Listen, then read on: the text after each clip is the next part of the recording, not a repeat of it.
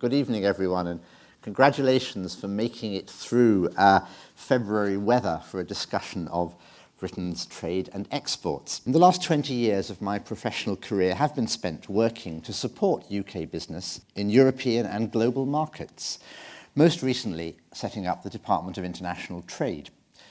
We now face the challenge of how public policy can best help British firms to compete effectively as we leave the European Union. My focus this evening is therefore on the practical realities rather than the politics of Brexit. I want first to set out the economic implications of the choices that the UK faces in 2018, and then put forward some policies to support the competitiveness of UK firms trading in global markets. As we all know, trade requires both effective access to markets and competitive firms producing quality products.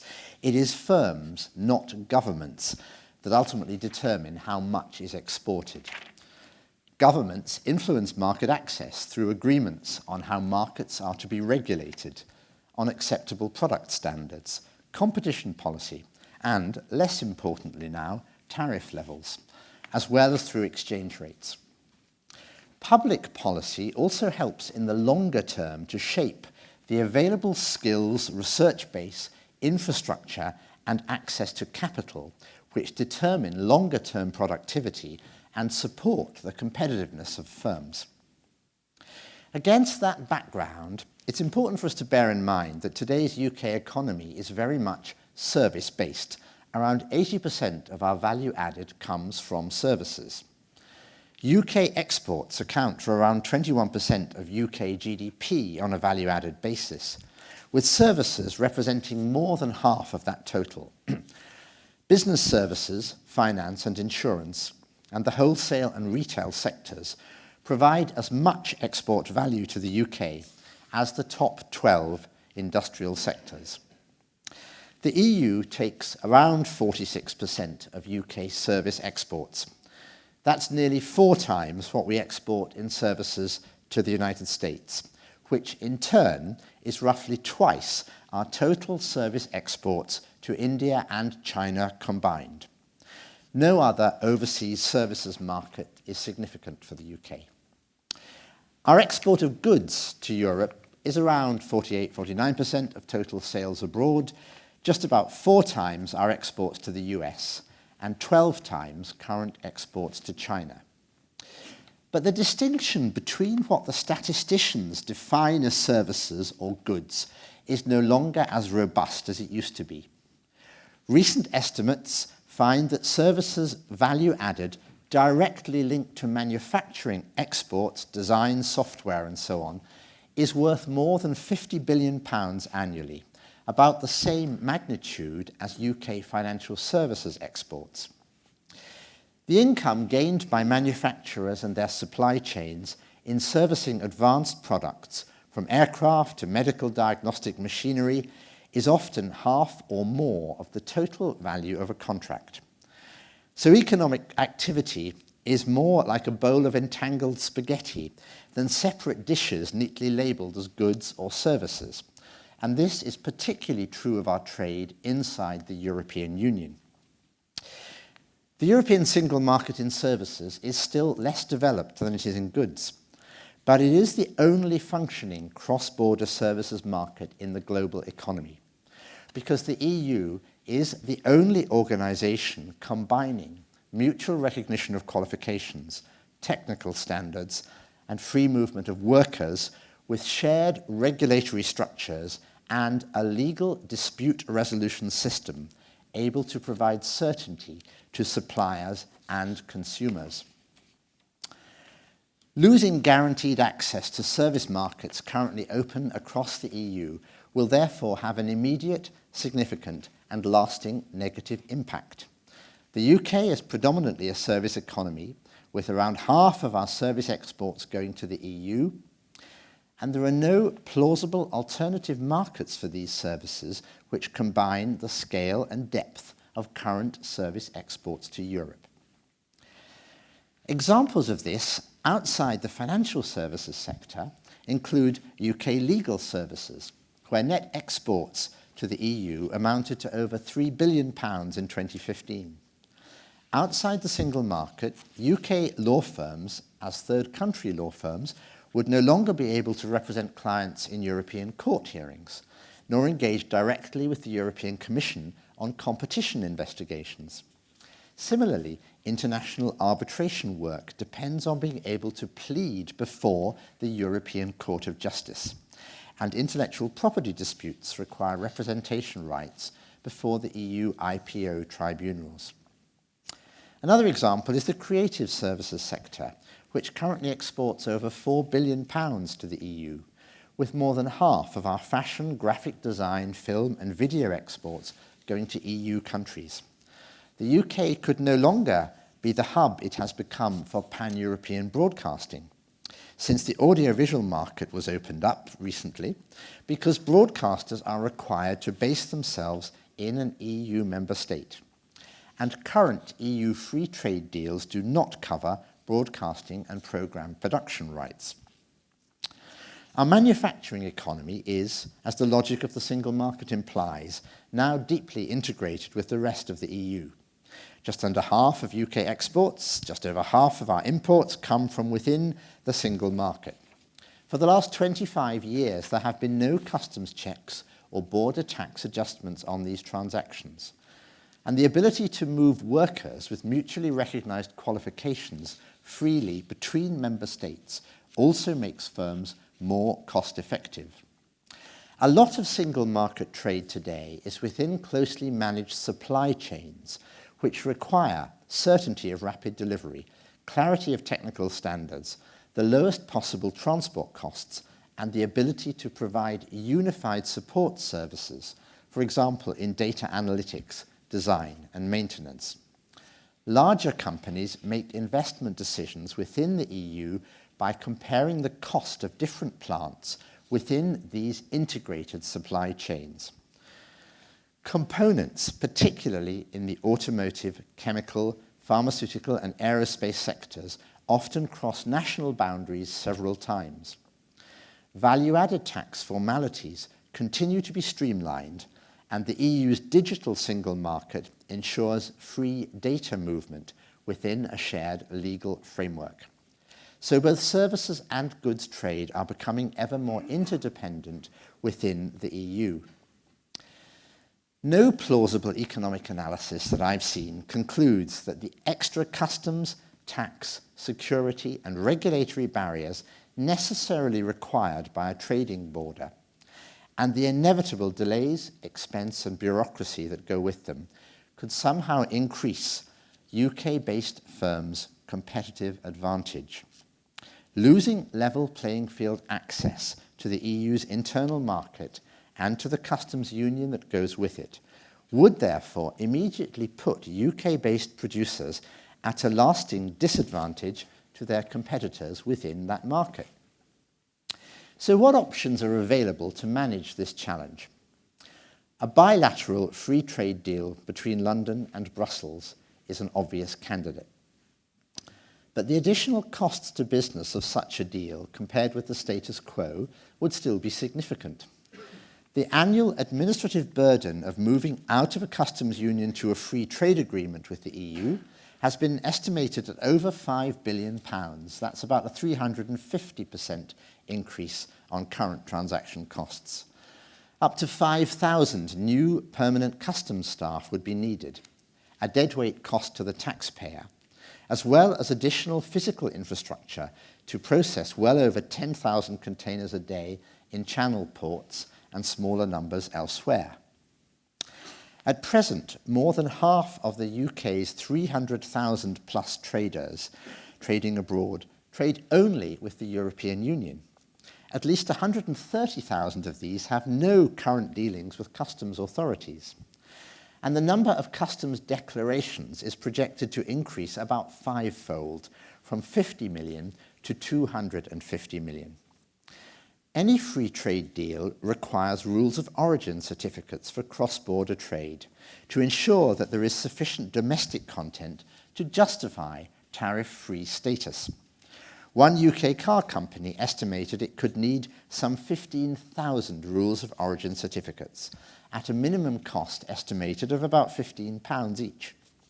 UK supermarkets relying on just-in-time food imports could need 80,000 separate import declarations annually, costing larger businesses £25 each, and smaller ones without economies of scale about twice as much. Similar challenges apply to food exports, and around 2/3 of UK food and drink trade currently takes place within the European Union. Technology cannot offer a frictionless solution to border controls. The need for formal product standard approvals, for hygiene checks, advanced security declarations, VAT calculations and payment, and the inevitable delays at the border cannot be wished away. Together, these complexities threaten just-in-time supply lines and make companies manufacturing for the European market see further investment in the UK as higher risk than in other EU economies without those added costs and delays. The UK's stock of inward investment is also at risk as investors seek to maintain that wider market access. There are over 1,000 Japanese companies in the UK employing some 140,000 people. They are here largely because of the free access we offer to the wider EU market, not simply the UK home market. The 2,000 German companies employing 370,000 people with 110 billion euros worth of direct investment are part of seamless pan-EU supply chains. In the chemical sector, for example, 60% of UK exports go to the EU and 70% of UK imports come from the EU. 2/3 of UK exports to the EU are estimated by the IFS to be intermediate inputs to those wider supply chains, as are more than half of those imports here from the EU. Investment to build those supply chains will be at risk if UK-based firms can no longer access the single market on equal terms. And at the moment, half of the £1 trillion stock of UK direct foreign investment comes from other EU-based investors, so the potential impact is large. Looking back, an important factor driving the EU to choose to join the European community in 1973, then in the abolition of exchange controls by Mrs. Thatcher's first administration in 1979, and in the UK's leadership of the Single Market Programme across the EU from the mid-1980s, was to ensure a more competitive home market as the basis for success in the global economy. For the last 25 years, the EU single market has achieved that goal with a rigorous control of state aids, an active pro-competition policy, and open public procurement markets worth now over 2,000 billion euros, 5 times that of the UK alone. The competitive spur of the single market has provided cheaper imports for business as well as consumers, and pressured UK firms to improve their productivity or go out of business. By restricting firms' access to the largest and most prosperous single market in the world, taking the UK out of the EU-negotiated preferential trade deals, which cover another 12% of UK exports, and increasing investor uncertainty about guaranteed cross-border access to skilled labour, Brexit risks undermining the global competitiveness of the UK economy. The Brexit implications for entrepreneurship and innovation in the UK are also problematic. The welcome growth in tech startups in London and more widely across the UK has been fuelled by the ease of movement of young professionals into Britain from the rest of the EU and the freedom to transact data and digital services across the single market. £7 billion was invested in the UK's digital tech sector in 2016, 50% more than in any other European country. The growth of available startup and scale-up capital incentivised by the Enterprise Investment Scheme and Seed EIS tax breaks has been a further UK advantage. The research sector has benefited from the UK government's decision in 2012 to develop an industrial strategy with increased research and innovation funding, while universities have benefited from EU Horizon 2020 funding for research programmes and from their ability to recruit talent freely across the EU. After Brexit, there will be more constraints on European entrepreneurs seeking to settle and open businesses in the EU. The European Investment Fund, which provided 1/3 of the funding for UK-based venture capital funds in the 4 years to 2015, some £2.3 billion, is now winding down its operations here. 400 million of new UK funding is being provided through the British Business Bank, and that's welcome, but it still leaves a significant gap in public funding for venture capital.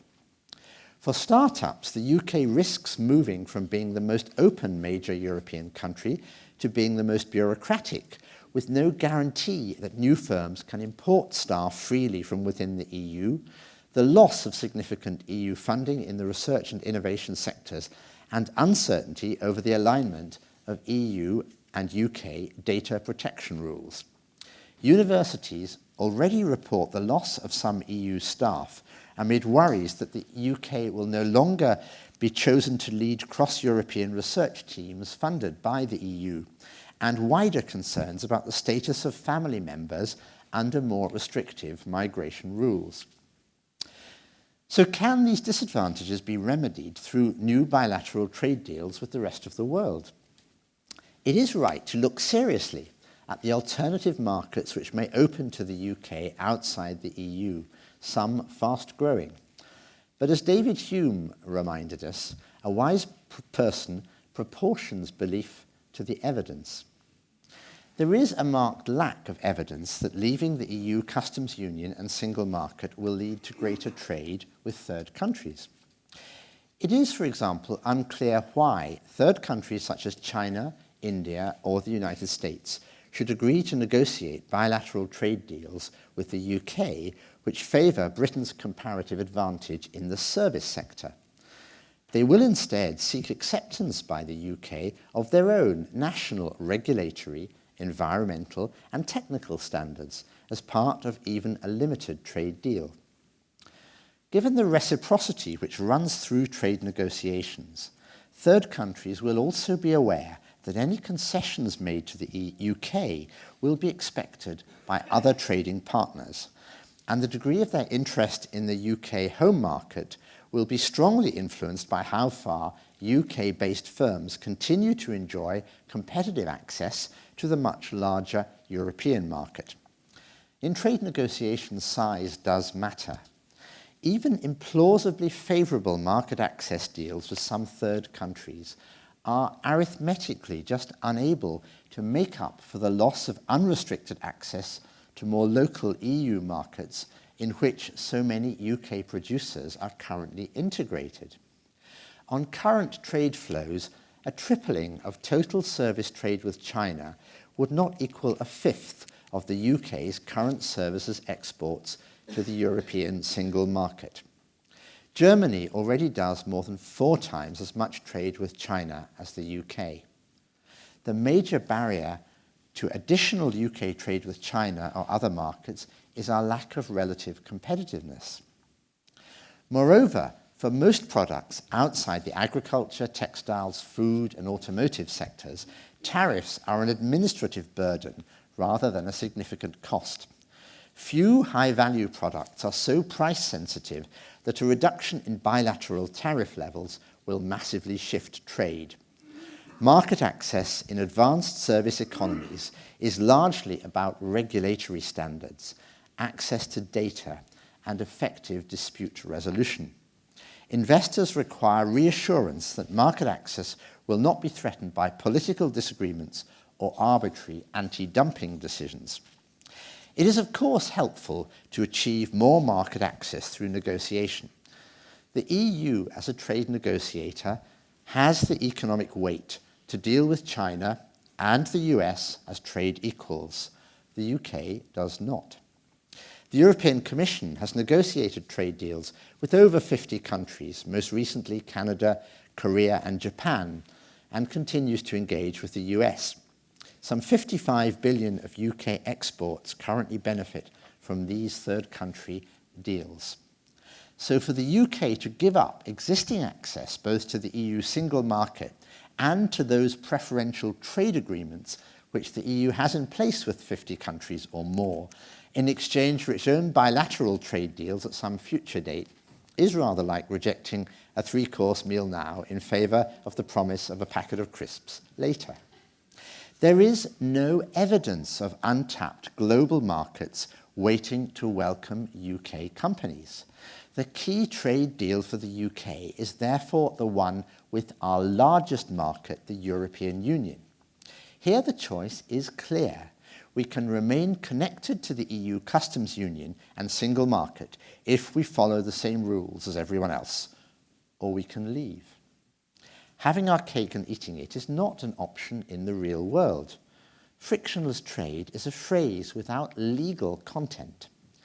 The EU opposition to sectoral cherry-picking in market access is grounded in a defence of the four freedoms which make up the single market.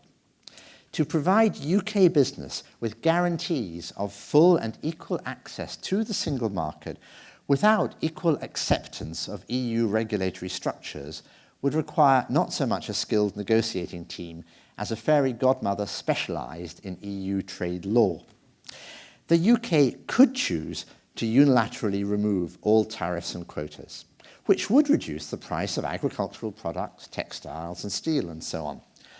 It would also undermine the viability of many UK producers, particularly in farming.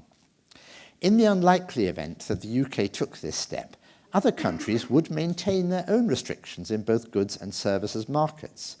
UK suppliers to Europe would therefore still face barriers. If Parliament does vote to leave the single market and the customs union after a brief transition period, what damage limitation measures could be taken to support UK competitiveness and trade in this, frankly, less favourable environment? I suggest three areas. First, increasing support for entrepreneurs and innovation across the economy. So it's very good to be here with you tonight. This is best achieved by focusing on their need for skills, research support, access to data, and a supportive tax environment. Specifically, delivering visa decisions on staff for small businesses rapidly and easily online with minimal restrictions so that researchers, entrepreneurs, and growing companies can access the skills they need rapidly and at low cost. A user-friendly visa system becomes a key test of UK attractiveness for innovative investment. This, in my view, will be best organised separately from the current visa system, with different targets and incentives for staff in a new business visa agency. Within the UK's industrial strategy, delivering the needed doubling of public sector spending on innovation and scale-ups to compensate for the loss of European funding and to ensure that universities continue to engage locally with tech and digital startups, which is so important. Guaranteeing that whatever the wider relationship with the EU will be, the UK will continue to remain within the EU's data protection regime, a vital requirement for the tech sector, and increasingly for much of manufacturing as well. This will require continued acceptance of a role for the ECJ as legal arbiter, and continuing to commit to maintain the current favourable tax breaks for entrepreneurs and venture capital for at least the next 10 years. Second, we have to avoid additional UK regulatory bureaucracy. There are currently over 30 European regulatory agencies which, if duplicated in the UK, would add massively to the administrative burden on firms based here and seeking to export. Where the current EU regime is satisfactory, in medicines, chemicals, intellectual property, telecoms, energy and other sectors, we should commit to staying formally aligned with it, rather than diverging and adding unnecessary costs and uncertainty to business faced with double regulatory standards, domestic and European. Third, provide more active support for smaller firms seeking to export. They will face extra costs, delays, complexity of regulatory rules, and uncertainty about supply chain access. Together, these risk reducing UK exports significantly and increasing costs in the domestic market.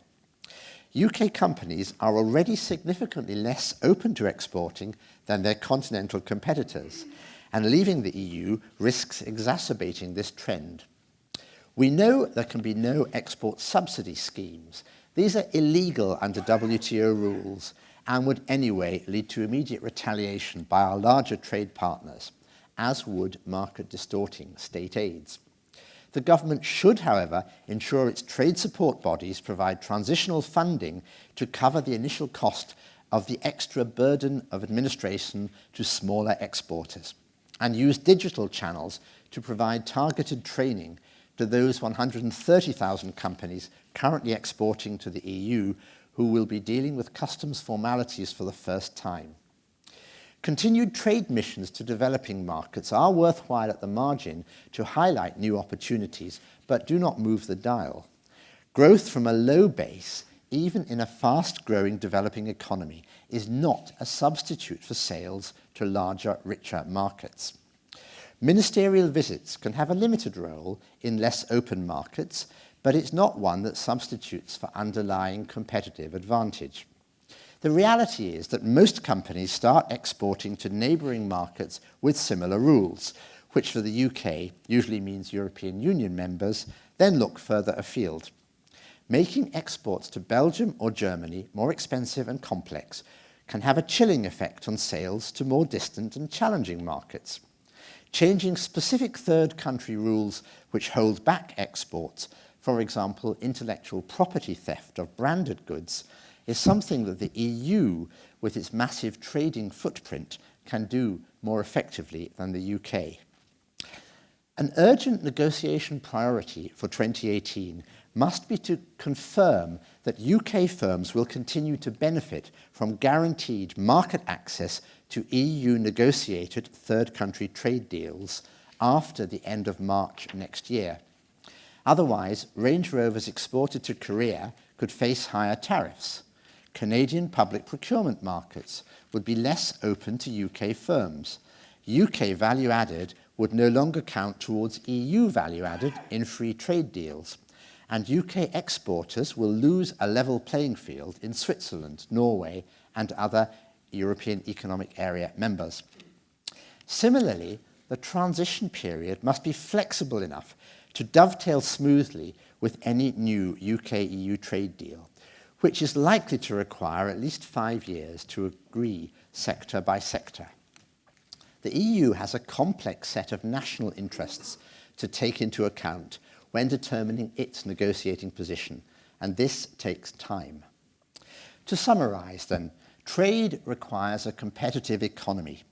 Competition thrives on openness and a large domestic market with shared rules, particularly in the service sector.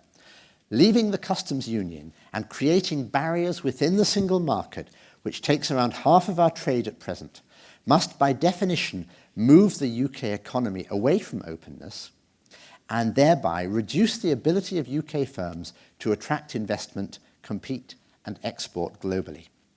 Measures to maintain open labour markets, focus on entrepreneurs and innovation, and support exporters can mitigate, but not remove entirely, this competitive handicap.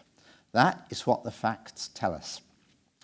In today's globalised economy, policy choices reducing competitiveness can have long-lasting effects on living standards, innovation and investment.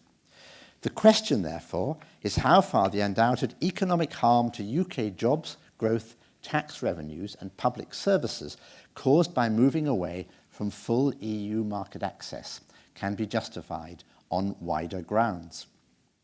Then there is the international commitments made to ensure regulatory alignment on the island of Ireland in the 1998 Good Friday or Belfast Treaty.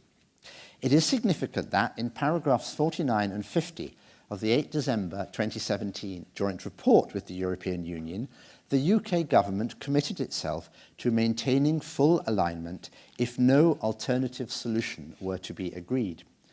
and also stated that no new regulatory barriers between Northern Ireland and the rest of the UK would be introduced. This may lead to the UK remaining within the internal market as the only practical way to achieve both objectives. Given the negative consequences of leaving and the lack of any significant offsetting advantages economically, I believe it is likely the UK will seek to return to full membership of the EU single market in due course, if we do not choose to remain part of it now. The risk is that significant damage to employment, the structure of the British economy, and the competitiveness of UK firms can be expected to happen in the meantime. Thank you.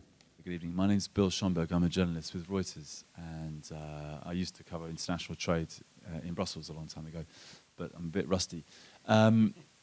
Obviously, the single market seems to be out politically. The customs union is perhaps an option that's more in play, given developments in recent days. How significant would it be for the UK to remain in the customs union compared with the option of staying in the single market on one side, or a Canada plus deal on the other? And would a partial customs union perhaps be a way around some of the impediments to a fuller customs union at the moment? Well, those are very good and detailed questions, and I wouldn't claim to have the expertise to give you an authoritative answer.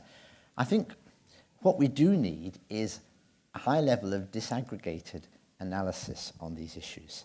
So if you're in a customs union or a partial customs union, what happens, for example, for fresh food movements? Do you still need to be in the common agricultural policy? Because the issue is less what stops you as being stopped. So there are goods where essentially it's about customs, but of course in the service economy we've got, it's more about the regulations which determine whether what you are producing, good or service, meets the standards of, let's say, the EU. So, on the manufacturing, everybody uses the automotive case. Why not? It's quite a good one. You don't really notice at the moment when things cross borders because you know the standards required are the same, and you know the system for checking those standards is the same, and you know that the legal redress system is exactly the same. Now, whether or not you have a customs union won't deal with those issues. But the customs union point is particularly relevant in areas like Ireland, obviously. It's not a total solution. And a lot of this is about bureaucracy and classification. And if you start looking at customs definitions or indeed rules of origin, and I went on the US Trade Department website to check some rules of origin points, these are not straightforward.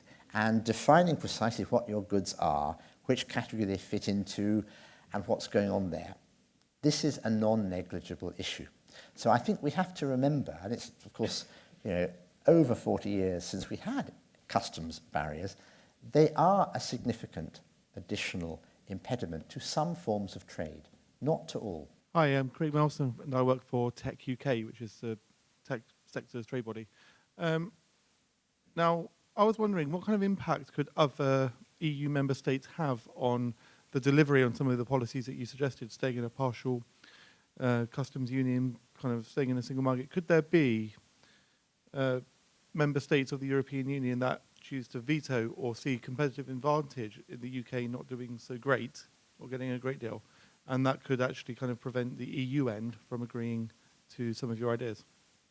Well, I didn't suggest a partial customs union. I think that is a very difficult concept to define, but if people can do so, let's have a look at it. This issue of how we, as it were, prevent a degree of zero-sum game is, frankly, difficult. It's, I think, bad for the UK that we have lost the European Medicine Agency's 900 jobs, not just because of those skilled jobs, but because it becomes a hub for the people who do technical regulatory work. And it's the sort of cluster which you want to try to maintain because you know it adds value. Okay, so that's moved.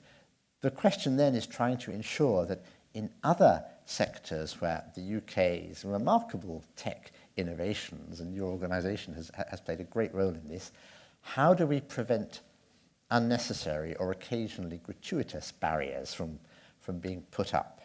And I think it's something, when you are outside the meeting, you know, you're not in the room, it's harder to do. And we will just have to, as other countries do, try to stay close to what's going on and try to use such influences as we do have to prevent the wrong decisions from a UK perspective being made. But there is a risk of that. Issues around, for example, standards of diesel emissions quite rapidly affect some production in some geographic locations much more than others, and we need to be aware of this. Hi, Tamsin Ratter from Civil Service World. I just wanted to pick up on your point about bringing evidence back into the debate. And there's been a lot of suggestion recently about civil servants kind of comments that undermine perhaps their impartiality, suggestions that they might be biased, that sort of thing. I wondered how much that worried you and whether you think there's a risk that ministers are not listening to the advice that's been given to them by their officials. How much that worries you, and from your experience in government, how big a problem you might think that it is. I am happy to say that in my time in government, I saw officials giving honest advice and ministers receiving that advice. And that is what they pay us to do. Because frankly, if you just want people to agree with you, you can get them much more cheaply than hiring a lot of civil servants. In fact, you could do it, online. So it is very important, though, I think, that we go on reminding ourselves, the wider political group, the Westminster Village, but actually citizens, why this system is good for everyone and why it's better than the alternatives, why moving to more political patronage, as many countries have, does not produce the same level of honest analysis of evidence and options and bringing them forward, and also makes it, frankly, much more difficult when you have an election to produce the groundwork for new policies which other parties will bring in. And it is to the credit of successive British governments that they have allowed civil servants in the usually 12 months now before an election to do work on other policies. It's to the credit of civil servants that I've worked with that they carry out loyally whatever those policies are. And there was only one occasion when I thought a policy area was quite contentious, and I wondered whether any of the people who might have to work on it after an election would not feel happy. So I said to them, if you don't want to do this, that's fine. Tell us now, and we'll find you other things to do, no problem. They all said no, they'd carry on, and they did. They did a brilliant job. But I think sometimes it's good to recognise that people may have personal issues with very rare, usually, policies, but let's just handle that openly and professionally. I think what we must ensure we do, though, is go on telling truth to power in a way that power listens to. Sorry, Graham Burnhill. Preferential trade deals that you mentioned are premised, the European trade deals are premised on Britain being one of the markets that's opened to the third countries. And it may be the main objective of third countries. Does this mean that these preferential trade deals the EU will have to renegotiate, in some cases at least? And this leads me to a broader question to you, which is, what other areas are seriously problematic to the EU from Brexit? It's a good question.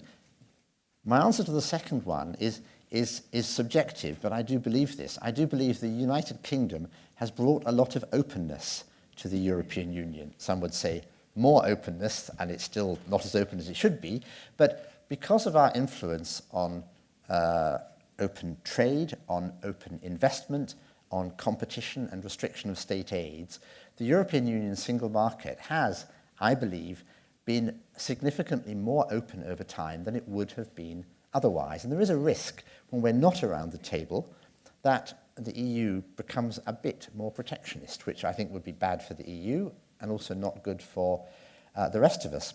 The specific point about the other trade deals is, again, an important and interesting one.